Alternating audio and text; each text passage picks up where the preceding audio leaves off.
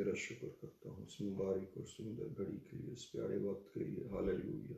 जो मुझे दे देना। हालेलुया। रबा को खुदावन तेरा शुक्र हो। Hallelujah. Praise the lord, praise the lord, praise the lord. Hallelujah. खुदावन, आइए हम सब दुआ करें। मेरे अजीज़ों, खुदावन के हजूरी में आप सबको सलाम पेश करता हूँ और हम चंद मिनट के लिए दुआ करेंगे, फिर कलाम की तरफ आते हैं। हालेलुया। खुदा बाप आसमान, हम तेरा शुक्र करते हैं इस मुबारक और खूबसूरत वक्त के लिए। और खुदावन में अपने आप को, अपने बहन भाइयों को, खुदावन जिस वक्त तेरी हजूरी में हम आए हैं खुदा, ताकि तेरी बरकत को हासिल करें। खुदावन बड़े ईमान के साथ हम तेरी हजूरी को महसूस करते हैं और खुदावन तेरे कलाम की बातों को सीखने के लिए खुदावन तेरी हजूरी को महसूस करते हुए खुदा तुझे अपने दरमियान पाते हैं। हालेलुया खुदावन, क्योंकि सिखाने वाला तो तेरा रूह है। ओ खुदावन तेरा शुक्र, तेरा शुक्र रूह कुद्दस के लिए खुदा, जो तूने हमें दूसरा मददगार बख्शा है जो अब तक हमारे साथ है। खुदावन तेरा शुक्र हो। तू मुझे, मेरे लोगों को ब्लेस कर आज के इस मुबारक और ख़ूबसूरत वक्त में। खुदावन तू हमारे दिलों को अपने कलाम के लिए तैयार कर। खुदा हमारी सोच, हमारे ध्यान तेरी तरफ लग जाएं और इस वक्त जहाँ भी तेरे लोग हैं खुदा, जिस भी जगह पर हैं, जिस भी सिचुएशन के अंदर है खुदा, मैं तेरा ख़ास इत्मीनान उनके दिलों के लिए चाहता हूँ। हर तरह की बेताबी, बेचैनी, घबराहट, दर्द, तकलीफ़ तेरे यीशु नाम से जाती रहे, ताकि तेरे लोग इत्मीनान के साथ तेरा कलाम सुन सकें खुदा, और तुझे इज़्ज़त और जलाल मिले खुदा। तो हमको एक ही रूह में बांध, हम तेरी बड़ाई करते हैं, हम तेरी जय जयकार करते हैं। Hallelujah. Praise the lord, praise the lord, praise the lord. Hallelujah. ओ तुझे जलाल मिले, बड़ी बरकत दे यीशु के नाम। आमीन, आमीन। अपने सरों को उठाते हैं, बस यीशु के कादिर नाम में एक बार फिर आपको सलाम पेश करता हूँ। मैं खुदा उनका खादिम पास्टर एरिक रॉय आपके साथ मुखातिब हूँ और हम कलाम की हिस्सा की तरफ आने वाले हैं। जैसा कि आप जानते हैं, जब मैंने फेसबुक पर पोस्ट किया था मैसेज, तो नॉर्मली ऐसा नहीं होता कि मैं ये बताऊं कि हम किस मजमून पे हम बात करेंगे, लेकिन इस दफ़ा मैंने मुनासिब जाना कि मैं आपको बताऊं कि हम रूह कुद्दस के हवाले से बात करेंगे। क्योंकि कल जब हम दुआ कर रहे थे, कुछ जगहों पर तो शायद वो आज ही है, लेकिन जब हम दुआ कर रहे थे तो ख़ास तौर पर मुझे उस दुआ के बारे में खुदा ने ये डायरेक्शन दी कि मैं रूह कुद्दस के लिए दुआ करूं, जो लोग रूह कुद्दस पाना चाहते हैं। और हमने दुआ की और खुदा की रहनुमाई में वो एक बाबरकत व ये मीटिंग थी।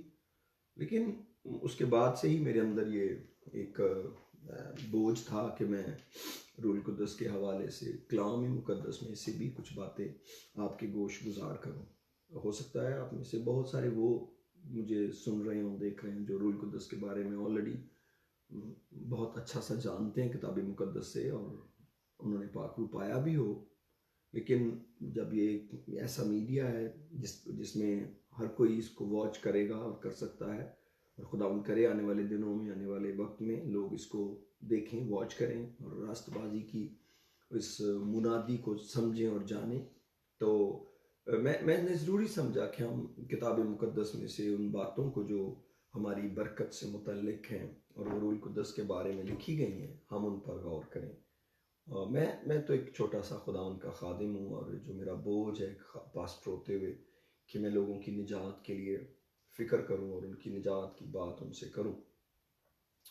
तो हमें किताब मुकद्दस ही एक ऐसी हमारे पास मुस्तनद किताब है जिससे हमें ये मालूम पड़ता है कि हम किस डायरेक्शन में हमें जाना है और पहले हम किस तरफ जा रहे हैं। तो हम इस दौर के वो बाबरकत लोग हैं जिनके पास ये किताब मौजूद है कि वो इससे अपनी डायरेक्शन को दुरुस्त कर सकते हैं या जान सकते हैं कि हम कहाँ पर स्टैंड करते हैं। तो जो रूह कुद्दस या पाक रूह है, जिसको खुदा की रूह कहा जाता है या खुदा का रूह कहा जाता है, मोस्टली नए अहदनामा में इसको खुदा का रूह कहकर जाना जाता है, इससे कोई फ़र्क नहीं पड़ता। लेकिन ये एक ऐसी बरकत है जिससे हम ज़ात इलाही में शरीक हो जाते हैं। तो खुदा ने एक ख़ास मकसद के लिए, खुदा ने एक ख़ास पर्पस के लिए हमारे लिए ये इंतज़ाम किया। और ये एक ऐसा मेरे अजीज़ों नए अहदनामा के अंदर, न्यू टेस्टामेंट के अंदर एक ऐसा सुपरनैचुरल एक्सपीरियंस है जिसकी मिसाल हमें और कहीं नहीं मिलती है।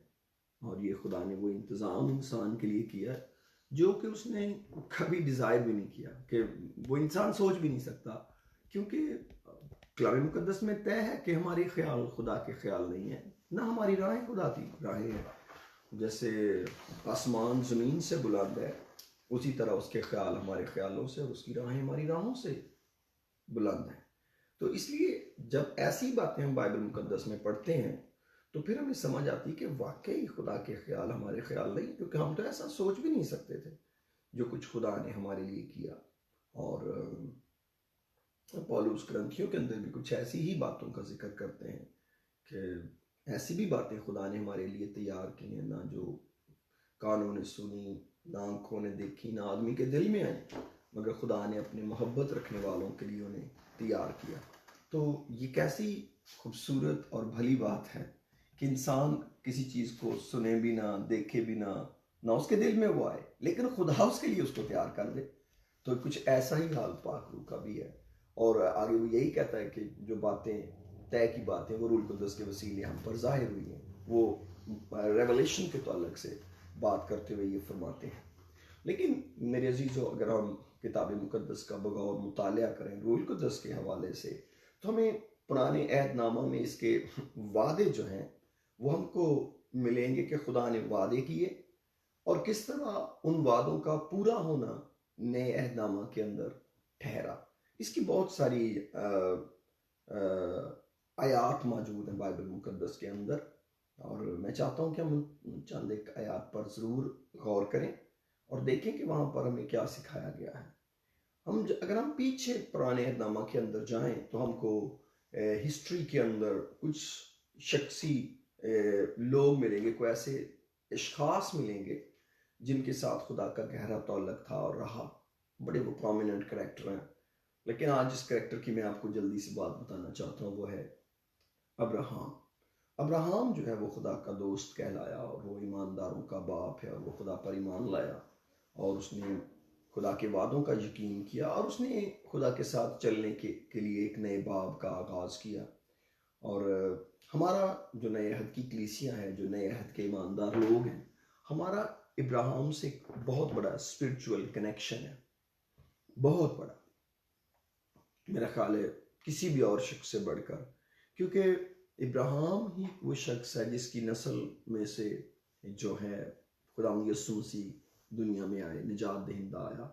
इसलिए मत्ती जो है रसूल जब अपनी अंजील का आगाज़ करते हैं तो वो आयत बड़ी पावरफुल है, और क्यों ना उसी से शुरू करते हैं। मत्ती की अंजील उसका पहला बाब और उसकी पहली आयत सिर्फ पढ़ूंगा।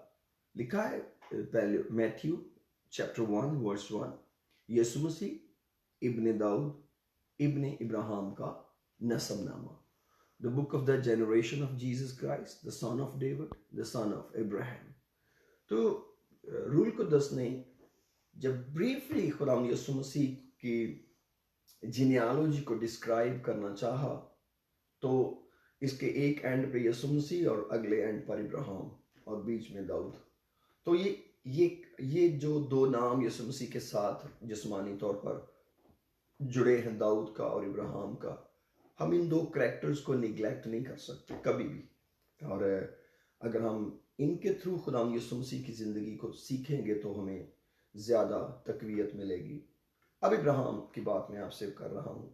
तो इब्राहिम एक ऐसा शख्स था जो अपने बाप दादा के साथ एक बुतप्रस्त कौम से ताल्लुक़ रखते हुए बुत परस्ती के अंदर था, लेकिन खुदा ने सामहाउ उसे बुलाया। पैदाइश की किताब में जिक्र है, और खुदा ने जब उसको बुलाया कि तू अपने घर से, अपने नातेदारों से, अपने मुल्क से निकल और उस जगह चला जा जो तुझे मैं दिखाऊंगा। और मैं चाहता हूँ इसको देखते हैं ज़रा मेरे साथ, पैदाइश की किताब और उसका 12वां बाब ज़रा निकालें।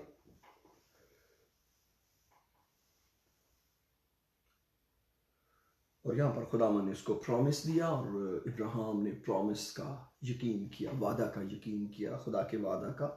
और ये चीज़ बहुत बाबरकत है, खुदा के वादों का यकीन करना। लिखा है और खुदावन ने इब्राहिम से कहा, तू अपने वतन और अपने नातेदारों के बीच से और अपने बाप के घर से निकलकर उस मुल्क में जा जो मैं तुझे दिखाऊंगा, और मैं तुझे एक बड़ी कौम बनाऊंगा और बरकत दूंगा और तेरा नाम सरफराज करूंगा। सो तू बायसे बरकत हो, जो तुझे मुबारक कहें उनको मैं बरकत दूंगा, और जो तुझ पर लानत करे उस पर मैं लानत करूंगा, और जमीन के सब कबीले तेरे वसीला से बरकत पाएंगे। और लिखा है, सो इब्राहिम खुदावन के कहने के मुताबिक चल पड़ा और लूत उसके साथ गया। और इब्राहिम 75 वर्ष का था जब वो हारान से रवाना हुआ। और इब्राहिम ने अपनी बीवी सारी और अपने भतीजे लूत को और सब लोगों को जो सब माल को जो उन्होंने जमा किया था और उन आदमियों को जो हारान में मिल गए थे साथ लिया, और वो मुल्क किनान को रवाना हुए और मुल्क किनान में आए। तो मेरे अजीजों, ये जो हमारे पास एक पैगाम है कि किस तरह खुदा ने एक आदमी को बुलाया और उसको उसके ज़रिए उसने आगे काम करना शुरू किया, और किस तरह उसको वादा दिया कि मैं तुझे आगे ले चलूंगा, और किस तरह तू जब तू मुल्क के किनारे में पहुंचेगा। और उसने खुदा की बात मान ली, लेकिन खुदा ने उसको वादा जो दिया वो उस पर ईमान ले आया। और खुदा ने उसको बताया कि मैं जो तुझे मुबारक कहें मैं उनको बरकत दूंगा, जो तुझ पर लानत करे मैं उस पर लानत करूंगा, और ज़मीन के सब कबीले तेरे वसीला से बरकत पाएंगे। तो खुदा ने उसको सब कबीलों पर बाइस बरकत ठहरा दिया। फिर खुदा ने इस वादे को रिपीट भी किया कब चंद एक दफ़ा में। लेकिन जब हम देखते हैं कि उसका बेटा पैदा हुआ और हम 22 बाब में आते हैं, जेनेसिस चैप्टर 22, तो खुदा ने उसको जो इकलौता बेटा इसहाक बख्शा था, उसको जब कुर्बान करने की बात की कि तो उसको सोखनी कुर्बानी के लिए चढ़ा लेके जा, तो वो 3 दिन की मुसाफत चला, मूरिया के पहाड़ पर गया और वो अपने बेटे को वहाँ लेकर चला गया। और आप सब इस स्टोरी को जेनेसिस चैप्टर 22 में पढ़ सकते हैं। लेकिन वहाँ पर जब उसने अपने बेटे को भी दरेग नहीं किया तो खुदा उसको फिर नजर आया, फिर उस खुदा ने उससे बात की। और लिखा है 15वीं आयत में जेनेसिस 22:15, और खुदावन के फरिश्ता ने आसमान से दोबारा इब्राहिम को पुकारा और कहा कि खुदावन फरमाता, चूंकि तूने ये काम किया कि अपने बेटे को भी जो तेरा इकलौता है दरेग ना किया, इसलिए मैंने भी अपनी ज़ात की कसम खाई है कि मैं तुझे बरकत पर बरकत दूंगा और तेरी नस्ल को बढ़ाते बढ़ाते आसमान के तारों और समंदर के किनारे की रेत की मानद कर दूंगा, और तेरी औलाद अपने दुश्मनों के फाटक की मालिक होगी, और तेरी नस्ल के वसीला से जमीन की सब कौमें बरकत पाएंगी, क्योंकि तूने मेरी बात मानी। तो अब खुदा ने इब्राहिम को और बरकत को रिफाइन करके जब बताया, तो एक खास नस्ल का उसने जिक्र किया, जिसको आगे चलकर पौलुस रसूल जब उन्होंने गलतियों की कलीसिया को खत लिखा तो उन्होंने इस आयत का हवाला दिया और बताया कि ये आयत है जो बात खुदा ने इब्राहिम से की थी जब उसने अपने बेटे को कुर्बानी के लिए सोखनी कुर्बानी के लिए लेकर गया। तो खुदा ने उसको उसकी नस्ल की बात की और उस नस्ल के जरिए बरकत देने की बात की। अब हम उस बरकत को देखेंगे कि बेसिकली ये बरकत क्या बरकत है, कि जो खुदा ने कहा कि तेरी नस्ल के वसीले या यीशु मसीह के आने पर कौन सी बरकत है जो हर एक को मिली, कौन सी स्पेशल चीज खुदावंद यीशु मसीह ने दुनिया को दी, कौन सी स्पेशल चीज। क्योंकि एक स्पेशल चीज देने के लिए उसके बारे में यूहन्ना ने पेशन गोई की कि मैं तो तुम्हें तौबा के लिए पानी से बपतिस्मा देता हूं, लेकिन जो मुझसे मेरे बाद आता है वो मुझसे जोरावर है, मैं तो उसकी जूती का तस्मा भी खोलने के लायक नहीं, वो तुम्हें आग और रूह से बपतिस्मा देगा। मत्ती की इंजील के अंदर ये मरकूम है और हम उसको वहां पढ़ सकते हैं कि उसने किस तरह ये कहा कि मैं चाहता हूँ इसको जरा देखते हैं मरकस में भी, और मेरे दिल में आ रहा है, मैं इसको देखता हूँ कि praise the Lord, खुदा praise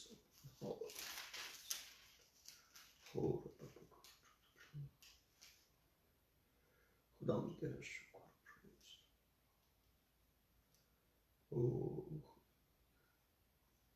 जी मत्ती की इंजील और उसका 3रा बाब। Hallelujah, praise the lord. जी उसकी 4थी आयत पढ़ूंगा। लिखा है, ये यूहन्ना ऊंट के बालों की पोशाक पहने और चमड़े का पटका अपनी कमर से बांधे रहता था, और इसकी खुराक टिड्डियों और जंगली शहद था। उस वक्त यरूशलेम और सारे यहूदी और यरदन के गिरदोनवा के सब लोग निकलकर उसके पास गए और अपने गुनाहों का इकरार करके दरिया यरदन में उससे बपतिस्मा लिया। मगर जब उसने बहुत से फरीसियों और सदूकियों को बपतिस्मा के लिए अपने पास आते देखा, यानी कि यहूदी उस्तादों को, तो उनसे कहा, ऐ सांप के बच्चों, तुमको किसने जता दिया कि आने वाले गजब से भागो? बस तौबा के मुआफिक फल लो और अपने दिलों में ये कहने का ख्याल ना करो कि अब्राहम हमारा बाप है, क्योंकि मैं तुमसे कहता हूं कि खुदा इन पत्थरों से अब्राहम के लिए औलाद पैदा कर सकता है। और अब दरख्तों की जड़ पर कुल्हाड़ा रखा हुआ है, बस जो दरख्त अच्छा फल नहीं लाता वो काटा और आग में डाला जाता है। मैं तो तुमको तौबा के लिए पानी से बपतिस्मा देता हूँ, लेकिन जो मेरे बाद आता है वो मुझसे जोरावर है, मैं उसकी जूतियां उठाने के लायक नहीं।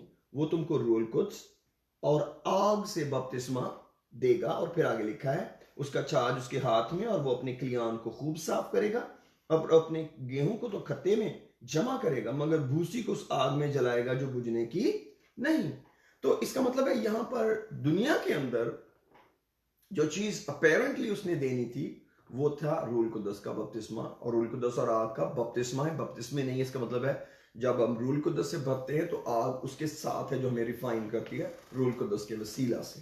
तो ये रूहुल कुद्दस के बपतिस्मा की बात हो रही है।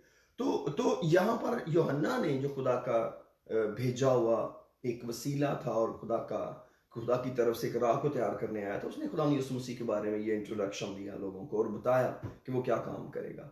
फिर इसको और ज्यादा यीशु मसीह ने खुद कई दफा कहा कि एक औरत से कहा, फिर यूहन्ना की इंजील में उसने कहा, फिर उसने अपने रसूलों को इन पर्टिकुलर कहा कि तुमने जब तक तुम्हें कुव्वत का लिबास ना मिले तुमने यरूशलेम में ठहरे रहना है। जब वो जैतून के पहाड़ से आसमान पर गए 40 दिन तक उनको नजर आने के बाद, तो उन्होंने खुद भी इस बात की पर मोहर की कि जो रूहुल कुद्दस है वो तुम्हें मिलेगा। पहले उन्होंने कंफर्म की कि मैं रूहुल कुद्दस देने वाला हूं। उन्होंने कहा कि अगर कोई प्यासा हो तो मेरे पास आकर पिए। फिर एक हमने यूहन्ना की इंजील में सीखा कि उन्होंने शागिर्दों पर रूहुल कुद्दस फूंका कि लो। फिर उन्होंने एक सामरी औरत को यूहन्ना 4 बाब में कहा कि अगर तू मुझसे मांगती तो मैं तुझे जिंदगी का पानी देता। तो हमें ये बात की कंफर्मेशन न्यू टेस्टामेंट के अंदर मिलती है कि यीशु मसीह ने ये बात कंफर्म की कि मैं तुम्हें रूहुल कुद्दस दूंगा। फिर जब वो आसमान पर गए, जाने से पहले उन्होंने अपने शागिर्दों को कहा कि अब तुम्हें जब तक कुव्वत का लिबास ना मिले तुम यरूशलेम में ठहरे रहो। और एग्जैक्टली उन्होंने ऐसा ही किया और वो बालाखाना पर चले गए। जो गलीली मर्द थे उन्होंने जाकर 120 लोगों ने एक बालाखाना में जाकर दुआ करना शुरू की। और चंद दिन, जैसा हम जानते हैं, ईद फसा के बाद और ईद पेंतिकोस्त तक के ड्यूरेशन के बीच में वो वहां पर दुआ करते रहे उन सारे दिनों में, ताकि वो रूहुल कुद्दस पाएं। वो यकदिल होकर वहां रूह का इंतजार कर रहे थे। लेकिन अब हम ये बात थोड़ा सा ये सीखते हैं कि क्या जो खुदा ने कहा था इब्राहिम की बरकत, वो क्या एग्जैक्टली रूहुल कुद्दस ही की बात है जिसको इब्राहिम की नस्ल से शुरू करके दाऊद से होते नए अहद में आना था और हमको इब्राहिम की नस्ल में ईमान से शामिल होना था। और क्या ये रूहुल कुद्दस ही की बात हो रही है? मैं चाहता हूं जरा मेरे साथ गलतियों के अंदर आइए। पौलुस रसूल का खत गलतियों के नाम, उसका 3रा बाब। Praise the lord, hallelujah. खुदा तेरा शुक्र। गलतियों उसका 3रा बाब और लिखा है जी,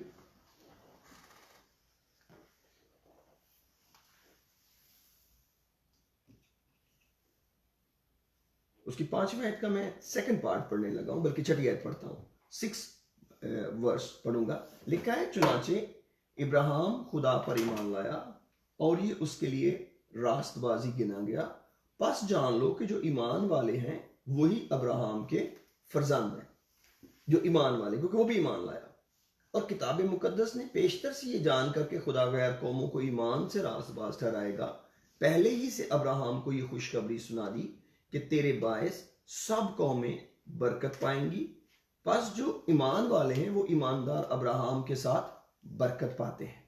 और फिर इसकी मैं 13वीं आयत पढ़ूंगा। लिखा है मसीह जो हमारे लिए लानती बना, उसने हमें मोल लेकर शरीयत की लानत से छुड़ाया, क्योंकि लिखा है कि जो कोई लकड़ी पर लटकाया गया वो लानती है, ताकि मसीह यीशु में अब्राहम की बरकत गैर कौमों तक भी पहुंचे, और हम ईमान के वसीला से, हम गैर कौमे हुए ना, और हम ईमान के वसीला से उस रूह को हासिल करें जिसका वादा हुआ है। उस रूह को हासिल करें जिसका वादा हुआ है।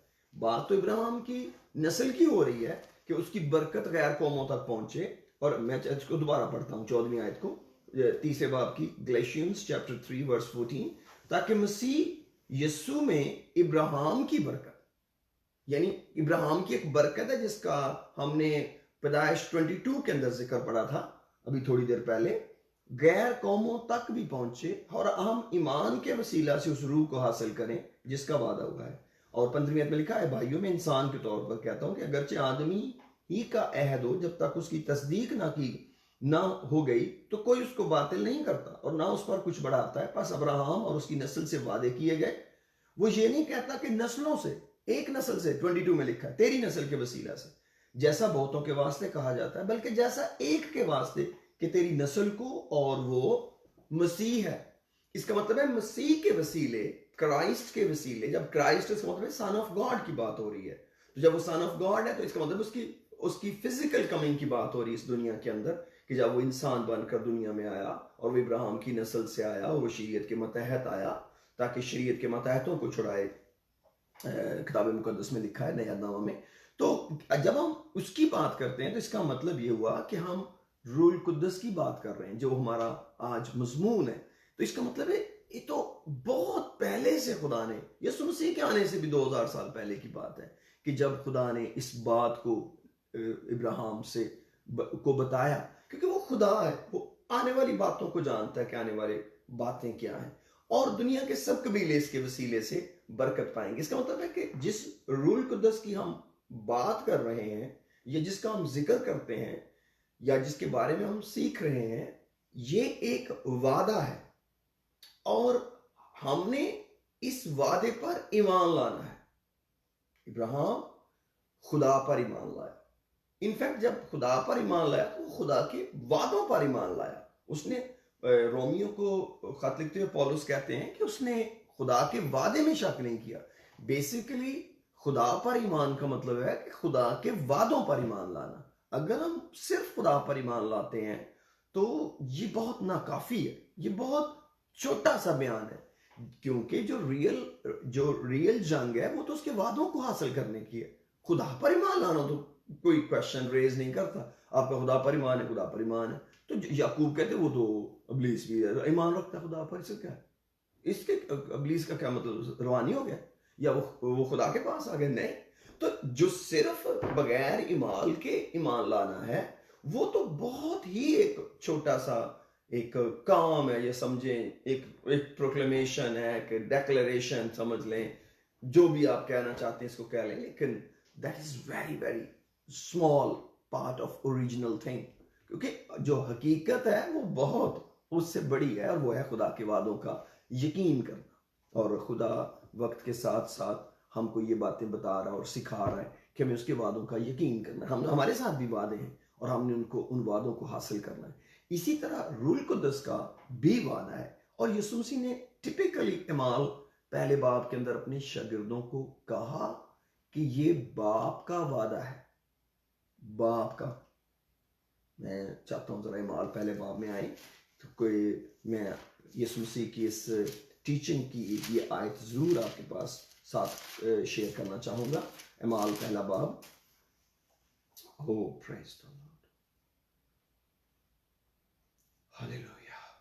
Praise the Lord. उसकी पहली आयत से पढ़ूंगा जी। लिखा, ए थेफलस, मैंने पहला रिसाला उन सब बातों के बयान में तसनीफ किया जो यीशु शुरू में करता और सिखाता रहा। यानी कि ये लूका रसूल ने जिक्र कर रहे हैं लूका की अंजील का, जो उन्होंने लिखी कि उसमें यीशु मसीह के बारे में लिखें उस दिन तक जब जिसमें वो उन 12 रसूलों को जिन्हें उसने चुना था रूल कुद्स के वसीला से हुक्म देकर ऊपर उठाया गया। उसने दुख सहने के बाद बहुत से सबूतों से अपने आप को उन पर जिंदा जाहिर भी किया, चुनाचे वो 40 दिन तक उन्हें नजर आता और खुदा की बादशाही की बातें कहता रहा और उनसे मिलकर उनको हुक्म दिया कि यरूशलेम से बाहर ना जाओ, बल्कि बाप के उस वादा के पूरा होने के मुंतज़िर रहो जिसका जिक्र तुम मुझसे सुन चुके हो। क्योंकि यूहन्ना ने तो पानी से बपतिस्मा दिया, मगर तुम थोड़े दिनों के बाद रूह कुद्स से बपतिस्मा पाओगे। जैसे यूहन्ना ने कहा कि मैं तो पानी का बपतिस्मा देता हूं, लेकिन वो बाद में आने वाला तुम्हें रूह से बपतिस्मा देगा। अब रूह से बपतिस्मा देने वाला वापस से टाई अप कर रहा है यूहन्ना के साथ कि जैसे यूहन्ना ने तुम्हें पानी से बपतिस्मा दिया, तुम थोड़े दिनों के बाद रूह कुद्स से बपतिस्मा पाओगे। लेकिन यीशु मसीह ने कहा ये बाप का बेसिकली वादा है, ये बहुत पहले से ये प्लान था कि तुम रूह कुद्स को हासिल करो। क्योंकि हमने गलतियों में सीखा है खुदा की रूह की हिदायत से कि वो जो वादा है बेसिकली वो रूह कुद्स का वादा है, वो रूह हमने पाना है। और इसका मतलब है ये तो एक ऐसी बहुत बड़ी रियलिटी है जो हर एक शख्स के लिए, दुनिया के हर एक इंसान के लिए खुदा ने हकीकत रखी है रूह कुद्स की कि हमें रूह कुद्स को हासिल करना है, उस कुव्वत को पाना है, उस कुव्वत के लिबास को पाना है, उस नए जन्म के अंदर शामिल होना है, जिसके नए नामों में बहुत सारे तरीकों से एक्सप्लेनेशन की गई हैं। लेकिन इस रूह कुद्स की सिर्फ खुदा ने पुराने अहदनामा में इब्राहिम से ही नहीं बात की है कि सिर्फ इब्राहिम को खुदा ने कहा कि मैं तेरी नस्ल के वसीले जमीन के सब कबीले बरकत पाएंगे, बल्कि कलाम मुकद्दस के अंदर यसाया ने भी इसका जिक्र किया है। यसाया नबी के सहीफा के अंदर भी इसका जिक्र मिलता है, हमें योएल नबी की किताब में भी इसका जिक्र मिलता है। और हम उन पेशनगोइयों को भी देखते हैं कि वहां पर रूह कुद्स को किस कॉन्टेक्स्ट के अंदर हमारे सामने रखा गया है। अगर हम देखें ईसाया की किताब उसका 28 बाब और उसकी 11वीं आयत पढ़ूंगा मैं। ईसाया नबी, इज़ाया चैप्टर 28।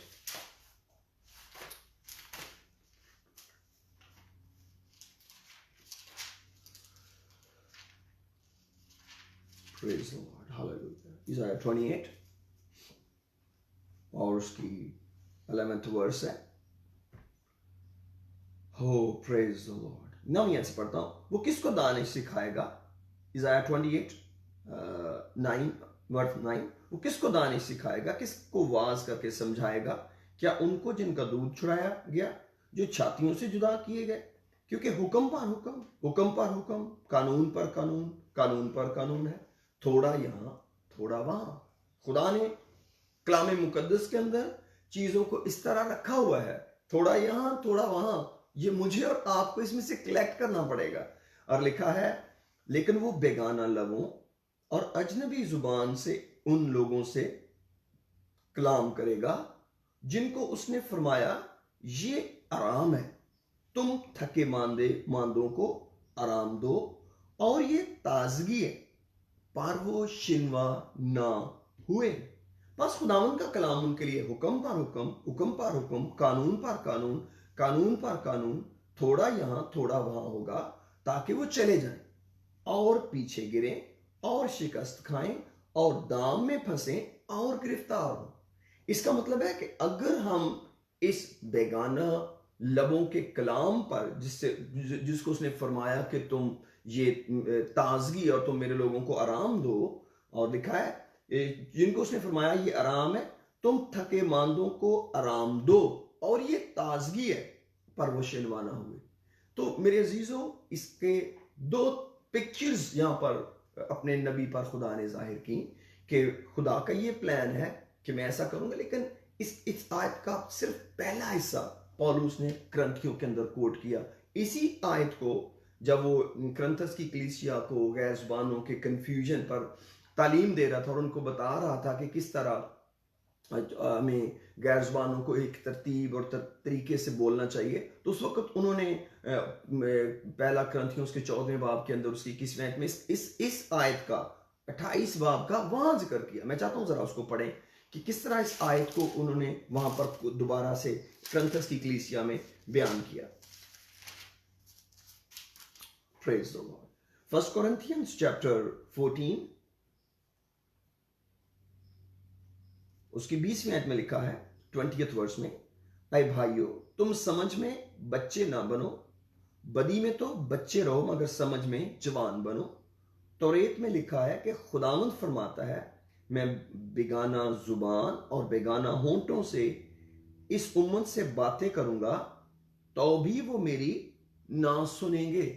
तो इसका मतलब है कि जो कुछ यसाया नबी पर खुदावंद के कलाम में जाहिर किया गया, एग्जैक्टली जो वादा था उसको न्यू टेस्टामेंट के अंदर पूरा होते हुए रसूल ने दिखाया।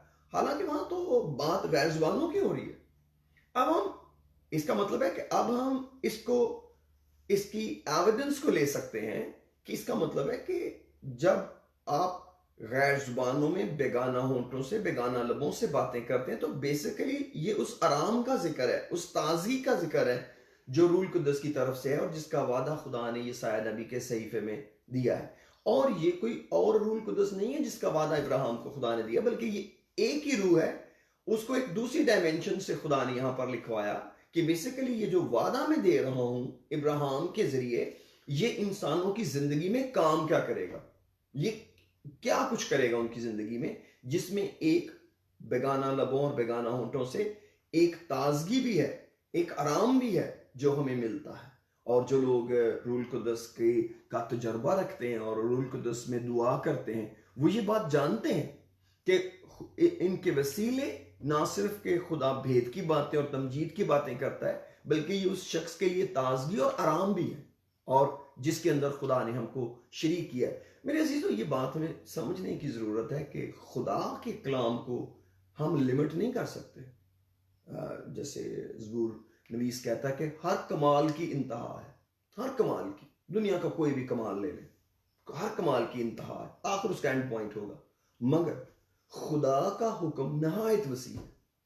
अगर आप खुदा के हुक्म को लिमिट कर लेंगे तो ये पॉसिबल ही नहीं है, क्योंकि खुदा की अकल को किसने जाना, कौन उसका मुशीर हुआ है, उसकी तो हिकमत इदराक से परे है, लिमिट से बाहर है। आप जान नहीं सकते किस रूल कुदस को आप, चाहे आप इसको तैयार हो, खुदा ना करे कभी ऐसा हो कोई इसको लेने के लिए तैयार ना हो, क्योंकि ये एक बहुत खतरनाक सूरत हाल का सामना इससे करना पड़ेगा।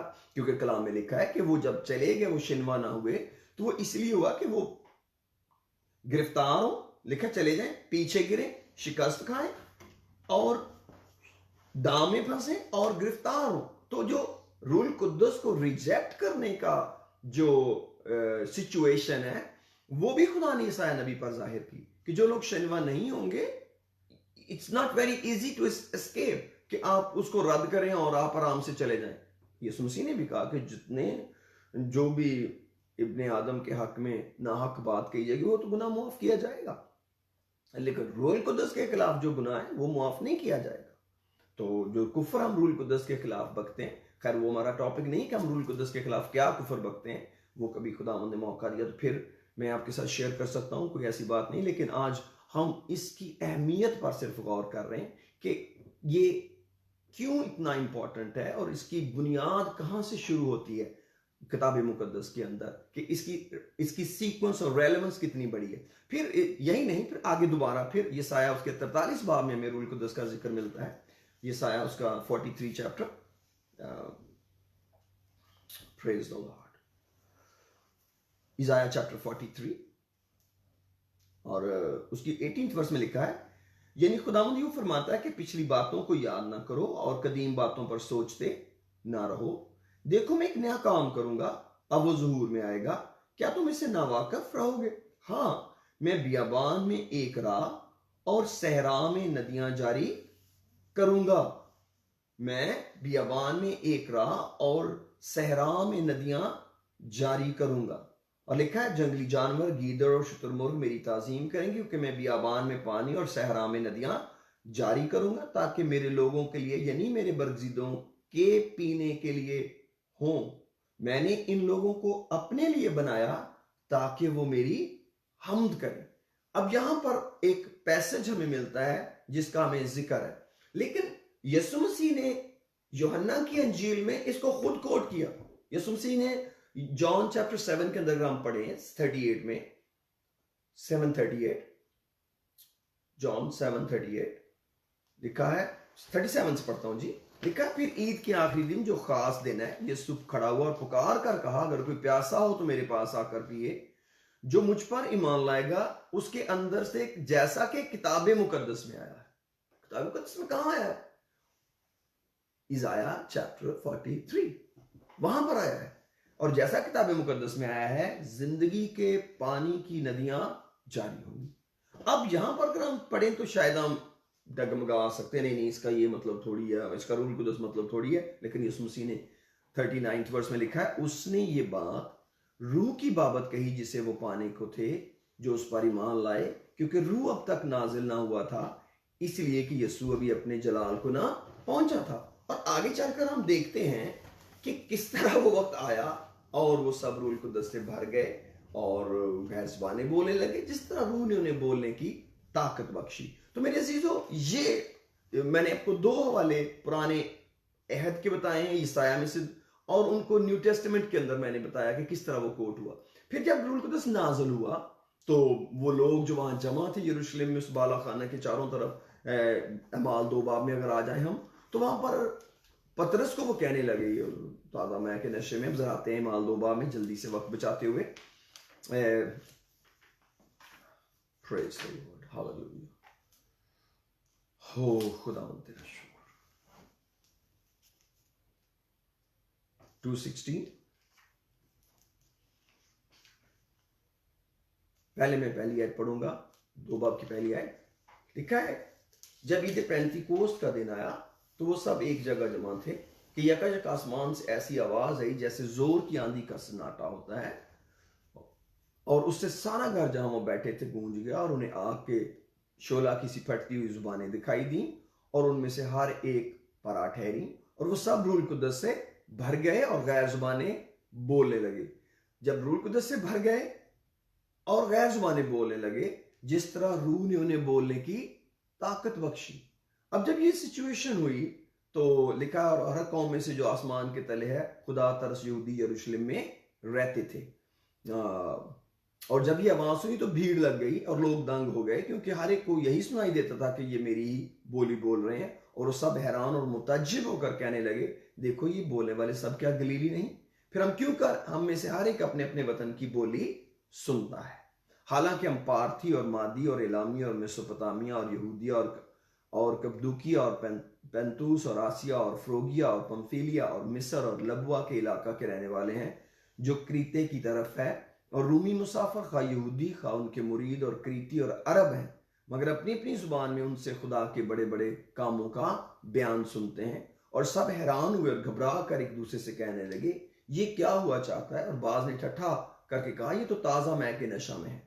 लेकिन पतरस उन 11 के साथ खड़ा हुआ और अपनी आवाज बुलंद करके लोगों से कहा, यहूदियों और ऐ यरूशलेम के सब रहने वालों, ये जान लो और कान लगाकर मेरी बातें सुनो कि जैसा तुम समझते हो ये नशा में नहीं, क्योंकि अभी तो पहली दिन चढ़ा है, बल्कि ये वो बात है जो योएल नबी की मार्फत कही गई है कि खुदा फरमाता है, आखिरी दिनों में ऐसा होगा, मैं अपने रूह में से हर बशर पर डालूंगा, और तुम्हारे बेटे और तुम्हारी बेटियां नबूवत करेंगे, और तुम्हारे जवान रोया और बुढ़े ख्वाब देखेंगे, बल्कि मैं अपने बंदों और अपनी बंदियों पर भी उन दिनों में अपने रूह में से डालूंगा और वो नबूवत करेंगे।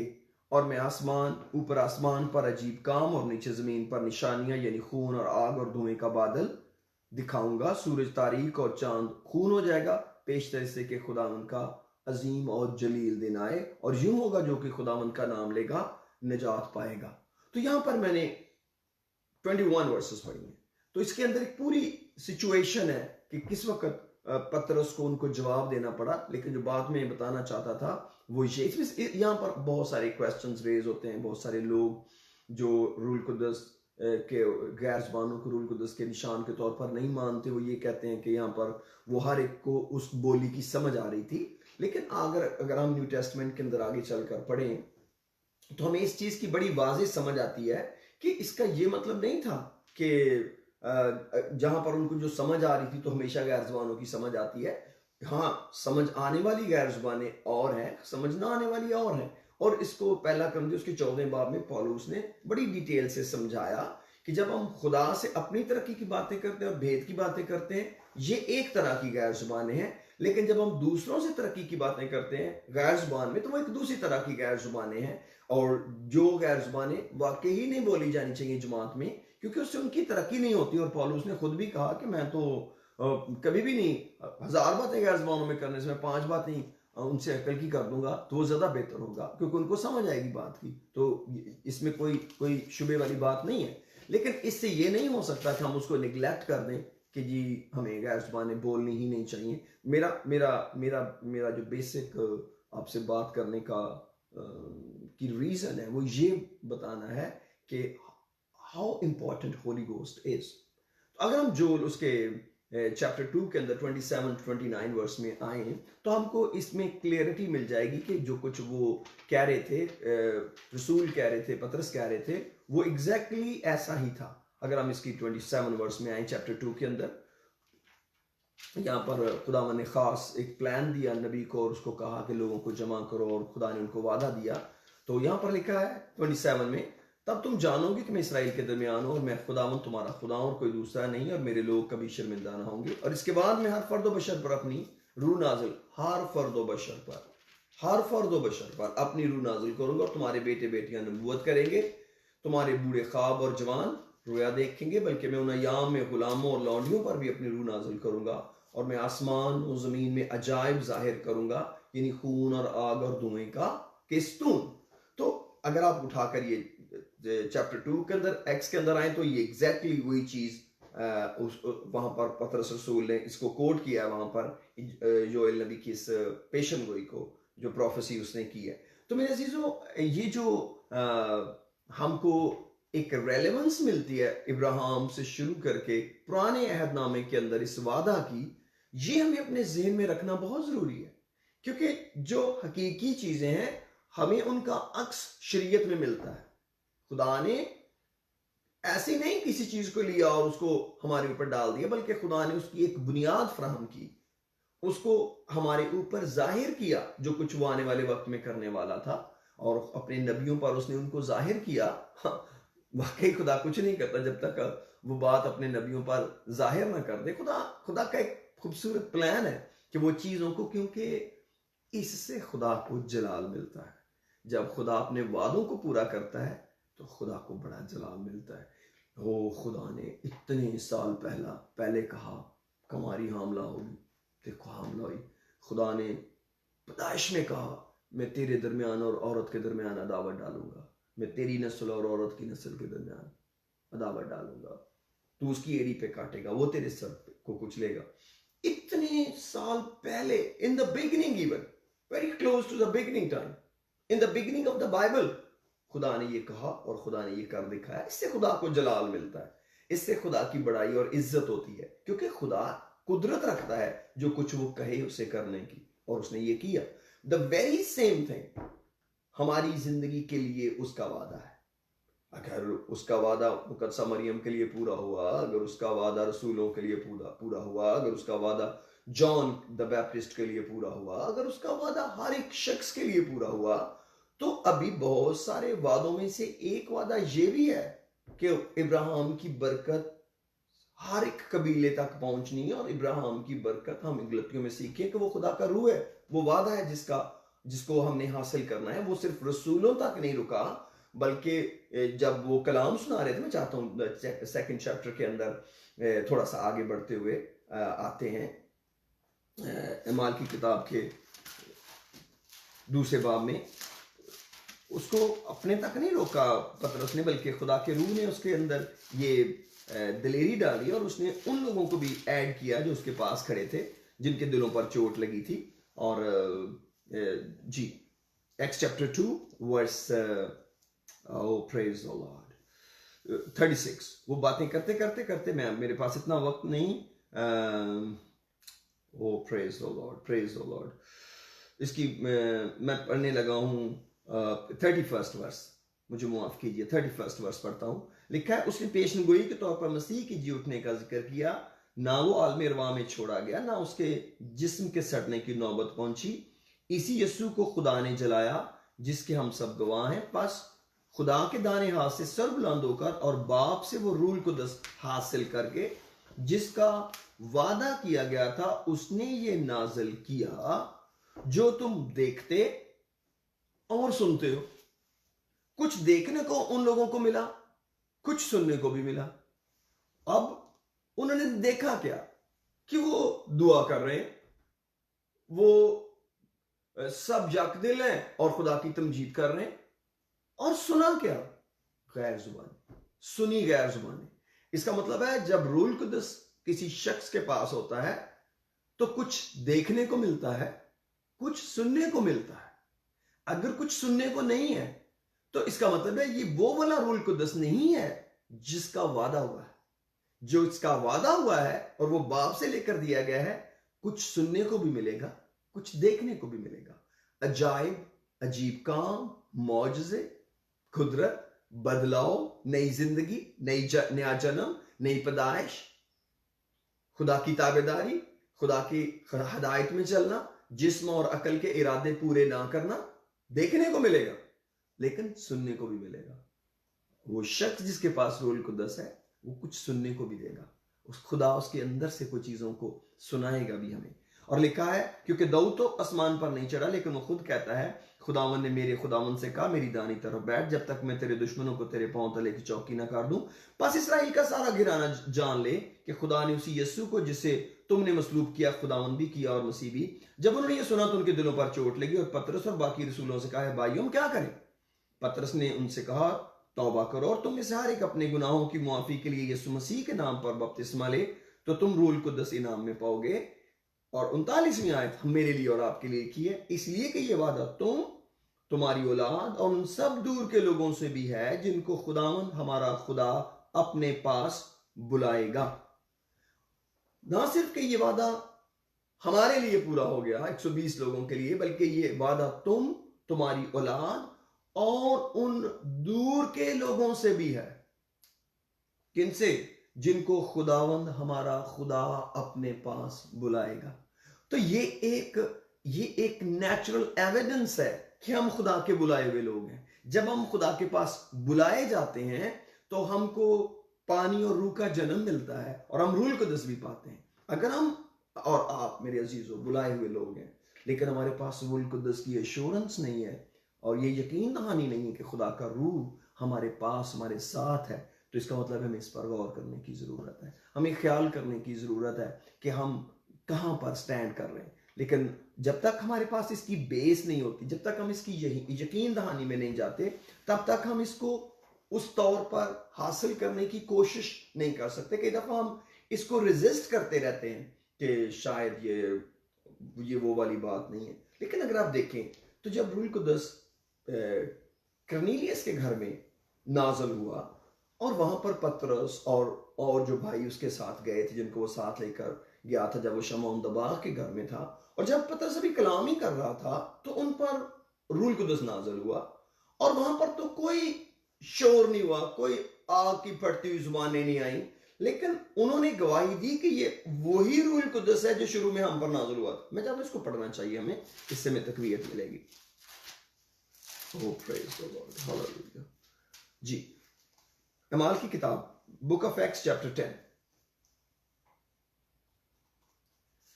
Oh, praise the Lord.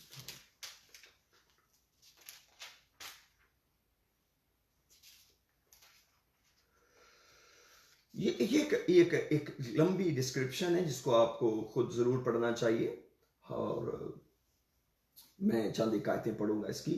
Book of Acts chapter 10 verse 1 लिखा है, कैसरिया में कर्नेलियस नाम एक शख्स था, वो उस पलटन का सूबेदार था जो अतालियानी कहलाती है। वो दीनदार था और अपने सारे घराने में खुदा से डरता और यहूदियों को बहुत खैरात देता और हर वक्त खुदा से दुआ करता था। उसने तीसरे पहर के करीब रोया में साफ साफ देखा कि खुदा का फरिश्ता मेरे पास आकर कहता, कर्नेलियस। उसने उसको गौर से देखा और डर कर कहा, खुदावन क्या है?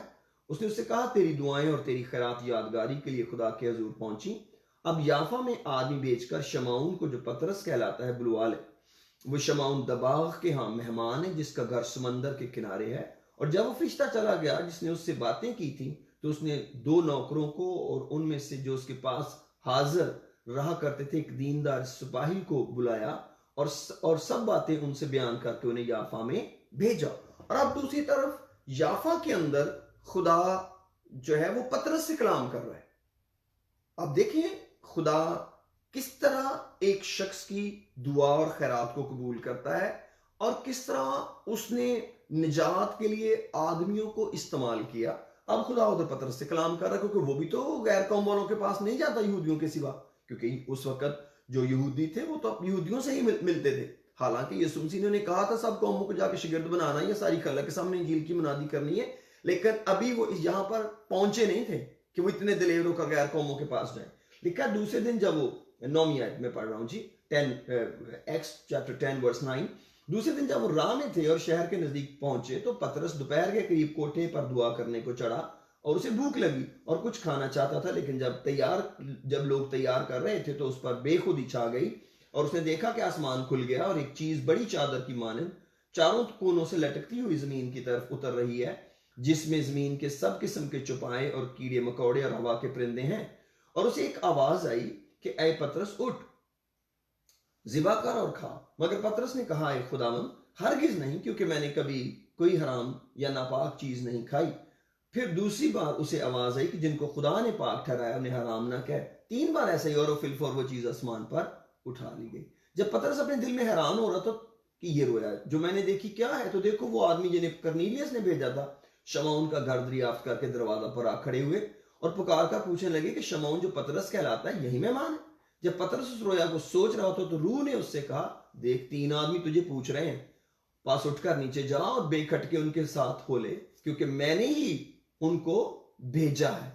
रूह ने उनको भेजा है, ठीक है, लेकिन इस्तेमाल फरिश्ते को किया उसके लिए, क्योंकि मैंने ही उनको भेजा है। पतरस ने उतरकर उन आदमियों से कहा, देखो जिसको तुम पूछते हो वो मैं ही हूं, तुम किस सबब से आए हो? उन्होंने कहा, करनीलियस सूबादार जो रास्तबाज और खुदा तरस आदमी और यहूदियों की सारी कौम में नेक नाम है, उसने पाक फरिश्ता से हदायत पाई कि तुझे अपने घर बुलाकर तुझसे कलाम सुने। पास उसने उन्हें अंदर बुलाकर उनकी मेहमानी की और फिर उसने उनको बताया। दूसरे दिन वो चले गए और उसने क्या कहा, दूसरे दिन उठकर उनके साथ रवाना हुआ और याफा में से 22 भाई उसके साथ हो लिए। वो दूसरे रोज कैसरिया में दाखिल हुए और करनीलियस अपने रिश्तेदारों और दिली दोस्तों को जमा करके उनकी राह देख रहा था। जब पतरस अंदर आने लगा तो ऐसा हुआ कि करनीलियस ने उसका इस्तकबाल किया और उसके कदमों में गिरकर सजदा किया और फिर आगे उनकी बातचीत हुई और आगे उसने बताया कि मैंने सारा कुछ क्या देखा। मैं इसको कट डाउन करके नीचे ये आता हूं कि किस तरह उसने आगे अपना बयान शुरू किया। 34 में लिखा है, जब उनकी बातें खत्म हुई तो पतरस ने कलाम करना शुरू किया, लेकिन मैं चाहता हूं इसको पढ़ते हैं। पतरस ने जुबान खोलकर कहा, अब मुझे पूरा यकीन हो गया खुदा किसी का तरफदार नहीं, यानी कि हर कौम को, बल्कि हर कौम में से जो उससे डरता और रास्तबाजी करता वो उसको पसंद आता है। जो कलाम उसने बनी इसराइल के पास भेजा, जबकि यीशु मसीह की मार्फत जो सबका खुदावंद है, सुलह की खुशखबरी दी। इस बात को तुम जानते हो जो यूहन्ना के बपतिस्मा की मुनादी के बाद गलील से शुरू होकर तमाम यहूदिया में मशहूर हो गई कि खुदा ने यीशु नासरी को जुलूल कुद्दस और कुदरत से किस तरह मसा किया। वो भलाई करता और उन सब को जो अबलीस के हाथ से जुल्म उठाते थे, प्रेज़ द लॉर्ड, शिफा देता फिरा, क्योंकि खुदा उसके साथ था। और हम उन सब कामों के गवाह हैं जो उसने यहूदियों के मुल्क और यरूशलेम में किए। और उन्होंने उसको स्लीब पर लटका कर मार डाला। उसको खुदा ने तीसरे दिन जलाया और जाहिर भी कर दिया, ना कि सारी उम्मत बल्कि उन गवाहों पर जो आगे से खुदा के चुने हुए थे, यानी गवाहों को बताया, यानी हम पर जिन्होंने उसके मुर्दों में से जी उठने के बाद उसके साथ खाया पिया। और उसने हमें हुक्म दिया कि उम्मत में मुनादी करो और गवाही दो कि ये वही है जो खुदा की तरफ से जिंदा और मुर्दों का मुनसिफ मुकर्रर किया गया। इस शख्स की सब नबी गवाही देते हैं कि जो कोई उस पर ईमान लाएगा उसके नाम से, जो कोई उस पर ईमान लाएगा उसके नाम से गुनाहों की मुआफी को हासिल करेगा। पतरस ये बातें कह ही रहा था कि रूह कुद्दुस उन पर नाज़िल हुआ जो कलाम सुन रहे थे। और पतरस के साथ जितने मख्तून ईमानदार, वो जो दोस्त उसके साथ आए थे, वो सब हैरान हुए कि खैर कौमों पर भी रूह कुद्दुस की बख्शिश जारी हुई। तो निशान क्या था? क्योंकि उन्हें तरह तरह की जुबानें बोलते और खुदा की तमजीद करते सुना। अभी कलाम हो रहा है और उन पर रूह कुद्दुस नाज़िल हो गया, ठीक है जी। वो सब हैरान हुए कि गैर कौमों पर भी रूह कुद्दुस, उन्हें कैसे पता चल गया ये रूह कुद्दुस है? क्योंकि उनको गैर जुबानें बोलते और खुदा की तमजीद कर सुना। लेकिन यहाँ कोई आग फटती हुई नजर नहीं आई और कोई उन्होंने ये नहीं कहा कि तो वही गैर जुबानें जिस तरह हमें एक्सपीरियंस हुआ था, जैसे लोग हमारे बारे में कह रहे। No, we must understand it, what God going to reveal for us, क्योंकि हमें समझना है, हमें मुकाबला नहीं करना कि हमने मुकाबलाबाजी करनी है, बल्कि हमने खुदा के कलाम को कबूल करना है, हमें अपनी बरकत को अजीज रखना है, हमें अपनी निजात को अजीज रखना है, हमें एक वादा को हासिल करना है। तो इसलिए हमें अपने आप को सीखने के मोड में लेके जाना है, और सीखने के लिए हमें हमें आज खुदा ने ये मौका दिया है, क्योंकि उन्हें तरह तरह की जुबानें बोलते और खुदा की तमजीद करते सुना। पतरस ने जवाब दिया, क्या कोई इन्हें पानी से रोक सकता है कि ये बपतिस्मा ना पाए जिन्होंने हमारी तरह रूल कुदस पाया? और उसने हुक्म दिया, क्या हुक्म दिया? इन्हें यीशु मसीह के नाम से बपतिस्मा दिया जाए।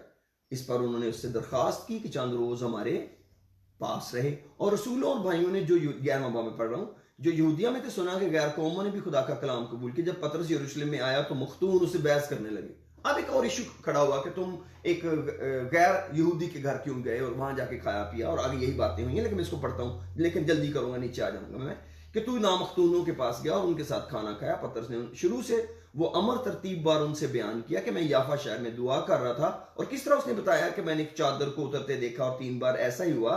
ओह प्रेज द लॉर्ड। आगे चलते चलते पतरस उनको एक्सप्लेन कर रहा है कि मैंने क्या किया। दिखा है, फिर अब 13वीं आयत में लिखा है, 11वीं आयत पढ़ता, और देखो उसी दम 3 आदमी जो कैसरिया में मेरे पास भेजे गए थे उस घर के पास आ खड़े हुए जिसमें हम थे, यानी एक सिपाही था, 2 नौकर थे।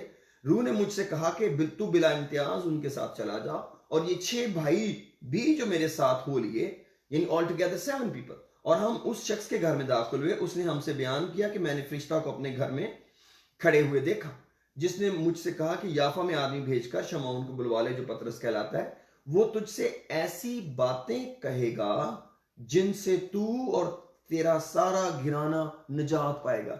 इसका मतलब है निजात जब कोई शख्स पाता है तो वो कलाम के पर ईमान लाने से पाता है। कलाम को सुनाया जाता है जिस पर वो ईमान लाता है। जैसे पहली कलीसिया ईमान लाई, जैसे शागिर्द यीशु मसीह पर ईमान लाए, कि वो कलाम पर ईमान लाते थे। बेसिकली कलाम में कुदरत है निजात के लिए। और लिखा है वो तुझसे ऐसी बातें कहेगा जिससे तू और तेरा सारा घराना निजात पाएगा। जब मैं कलाम करने लगा तो रूल कुदस उन पर भी उस तरह नाजिल हुआ जैसे जिस तरह शुरू में हम पर नाजिल हुआ था। और मुझे खुदावंद की वो बात याद है जो उसने कही थी कि यूहन्ना ने तो पानी से बपतिस्मा दिया, मगर तुम रूल कुदस से बपतिस्मा पाओगे। बस जब खुदा ने उनको भी वही नेमत दी जो हमको, जो खुदाम यसू हम पर ईमान लाकर मिली थी, तो मैं कौन था जो खुदा को रोक सकता। वो ये सुनकर चुप रहे और खुदा की तमजीद करके कहने लगे, फिर तो बेशक खुदा ने गैर कौमों को भी जिंदगी के लिए तौबा की तौफीक दी है। इसका मतलब है तौबा वो बुनियाद है जो किसी भी शख्स को रूल कुदस पाने के लिए तैयार करती है, और गैर जुबानें वो निशान है जो रूल कुदस की कुदरत से मिलती हैं। तो हमने गैर जुबानें नहीं खुदा से मांगनी, हमने रूल कुदस मांगना है। रूल कुदस जो है उसकी कुदरत हमको गैर जुबानें बख्शती है, और ये एक साथ है, ये 2 अलग एक्सपीरियंस नहीं है। तो जो हमारा फोकस है वो गैर जुबानें नहीं, बल्कि हमारा फोकस रूल कुदस है। हमने रूल कुदस को हासिल करना है। खुदा के एक बुजुर्ग खादम कहते हैं कि हमें रूल कुदस को हासिल करना है। ये अर्न नहीं किया जा सकता कि हम इसको कमाएंगे या हम इस लायक हो जाएंगे। ये कबूल करना है। रूल कुदस हमारी तवज्जो है। जैसे ही रूल कुदस हमें मिलेगा हम गैर ज़ुबानें बोलने लगेंगे। तो वो एट्रेंस देता है, हमें ताकत बख्शता है रूल कुदस। तो जो हमारा रीजन है, जो हमारा रियल फोकल पॉइंट है, वो ये नहीं है कि आप गैर ज़ुबानें बोलना शुरू करें, बल्कि वो ये है कि आप रूल कुदस को कबूल करें, क्योंकि ये नाज़िल हो चुका है। मुझे याद है मैंने बहुत साल पहले एक ग्रुप था पाकिस्तान में, और हम दुआ कर रहे थे और मैं खुदावंद से रूल कुदस मांग रहा था। मैंने कहा खुदा इन लोगों पर रूल कुदस नाजिल कर, खुदावंद इन लोगों पर रूल कुदस नाजिल कर। और मैंने एक आवाज सुनी खुदा के रूह की कि मैं तो रूल कुदस नाजिल कर चुका हूं पेंतिकोस्त के दिन, मैं तो वादा पूरा कर चुका हूं। अब तो लोगों को ईमान लाना है कि रूल कुदस नाजिल हो चुका है, उनको हासिल करना है। मैं तो दे चुका हूं, मैं तो अपना वादा पूरा कर चुका हूं। जो वादा मैंने योएल नबी की मार्फत फरमाया था मैं तो पूरा कर चुका हूं पेंतिकोस्त के दिन। अब तो लेने वाले को लेना है, अब इनको बिलीव करना है, अब इनको गाइड करके ये कैसे लें। अब मुझे ना नाज़िल करने के लिए क्या है, क्योंकि मैं कह चुका हूं और कर चुका हूं। इसलिए मेरे अजीजों, मैंने कलाम की कुछ बातें की और उनको बताया। मैं आज तक इस बात को ईमान से कबूल करता हूं कि खुदा ने अपना वादा ज़मीन पर जारी किया है। मुझे और आपको इस वादे में शामिल होना है, और ये वक्त बहुत कम है, ये आखिरी वक्त है, और हमें खुदा के कलाम की उस तरतीब में आना है ताकि हम जिंदगी पाएं, बल्कि हमेशा की जिंदगी पाएं। हमें यीशु मसीह पर ईमान लाना है, क्योंकि वो हमें हमेशा की जिंदगी देने आया, और ये तीसरे बाब, यूहन्ना के तीसरे बाब की 16वीं आयत है, जबकि उसी की पहली आयतों में पत्र यीशु मसीह ने निकोदेमुस को कहा तुझे पानी और रूह से पैदा होना जरूर है। अब ये तो नहीं हो सकता कि एक ही टाइम में एक ही चैप्टर के अंदर खुदा निकोदेमुस को कोई और बात कह रहे हैं और पूरी दुनिया को कह रहे हैं कि आप सिर्फ ईमान ले आओ जुबानी कलामी और उनको वैसे निजात मिल जाएगी, हमेशा की जिंदगी मिल जाएगी। पतरस को हमेशा की जिंदगी के लिए पानी और रूह से पैदा होना है, निकोदेमुस को, और दुनिया को सिर्फ ईमान ले आना है जुबानी कलामी। और उसी चैप्टर के आगे लिखा है कि वो शालीम में बपतिस्मा देते थे और वो लोगों को बपतिस्मा भी दे रहे हैं पानी का, यीशु मसीह के शागिर्द। एक चैप्टर के अंदर, एक ही चैप्टर के अंदर 3 डिफरेंट सिचुएशंस है। तो इसका मतलब है हमें इनको लिंक अप करना है कि ये एक ही निजात का प्रोसेस है जिसमें हम शामिल होते हैं, जिसमें पानी का बपतिस्मा है यीशु नाम में गुनाहों की माफी के लिए, और जिसमें रूह कुदस का तजर्बा है गैर जुबानों के साथ। तो मैं फिर इसको एंड करने से पहले ये कहना चाहता हूं कि हमें रूह कुदस को हासिल करना है, उसको कबूल करना है, क्योंकि ये इनाम है। हमें गैर जुबानों के लिए स्ट्रगल नहीं करनी। अगर कोई शख्स आपको गैर जुबानें सिखाने की तालीम देता है या फोकस करता है कि आप जुबान को चेंज करने की कोशिश में लगे रहें, दैट्स नॉट द बाइबल। खुदा ने जब मुझे रूह कुदस दिया था, मैं आज भी जानता हूं मेरे भाई मेरे साथ दुआ कर रहे थे, उन्होंने मेरी मदद की, खुदा उनको बड़ी बरकत दे भाई ज़मान, तो मेरे साथ दुआ कर रहे थे और मुझे तो ये एक सुपरनैचुरल एक्सपीरियंस हुआ कि मुझे पता भी नहीं है कि कब मेरी जुबान पलट गई और मैं गैर जुबान में दुआ करने लगा जिसको मैं नहीं समझता था। तो जब भी आप आपको खुदावंद के हुजूर तौबा करेंगे, आप अपने आप को अपनी विल को सरेंडर करेंगे, आप खुदा की प्रस्तश करने लगेंगे, तो आप अपने अंदर एक तब्दीली फील करेंगे कि कोई चीज आपके मुंह पे कंट्रोल कर रही है। फिर उसको ना रोकें, उनको बोलें, क्योंकि वही रूह कुदस है। जो कुछ आपके जॉज, आपका मुंह आपको कहने को कह रहा है जिसको आप समझ नहीं रहे, क्योंकि जब हम रूह में दुआ करते तो हमारी अकल बेकार हो जाती है, तो अपनी अकल को बेकार होने दें। अकल जब बेकार होगी तो आपके अंदर से रूह कुदस फूट निकलेगा, क्योंकि ये जिंदगी का चश्मा है जो अंदर से बाहर आता है। इसको हम बाहर से अंदर नहीं डाल सकते, और रूह कुदस कोई आदमी नहीं देता। गुरसूलों के हाथ रखने से रूह कुदस मिलता था।